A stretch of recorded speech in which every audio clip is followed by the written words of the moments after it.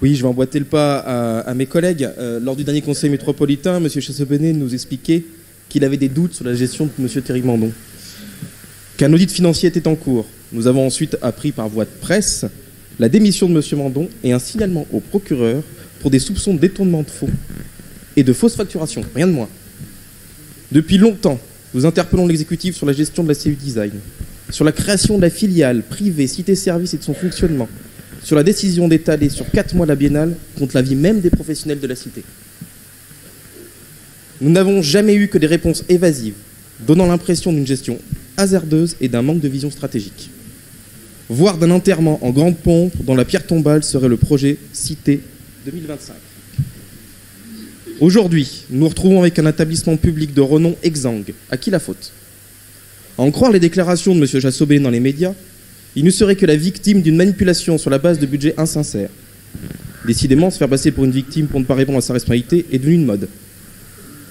Et comment croire qu'un président d'un établissement public puisse ne rien voir, ne rien savoir, ne rien entendre?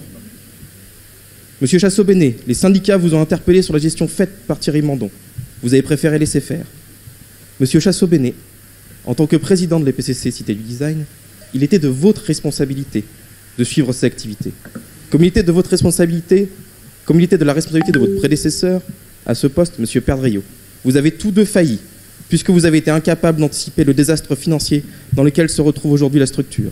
Les 30 000 € de détournement de fonds dont vous accusez M. Mandon ne suffisent pas à expliquer la rallonge d'1,4 million qu'il a fallu attribuer à la structure lors du dernier conseil métropolitain. Il est grand temps que les conseillers et les conseillères métropolitains prennent le relais et que, enfin, la situation puisse être débattue au sein de cette Assemblée en toute transparence.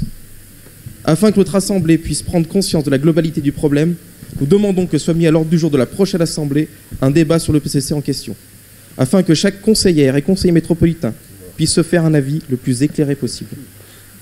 Pour alimenter le débat, nous demandons que soient communiqués dans les plus brefs délais à l'ensemble de notre Assemblée les pièces suivantes: les budgets de l'EPCC, les comptes rendus des conseils d'administration de l'EPCC, les comptes rendus de l'ensemble des conseils internes de l'EPCC, les budgets de la filiale, les comptes rendus des conseils d'administration de la filiale et enfin les résultats des audits. Je vous remercie.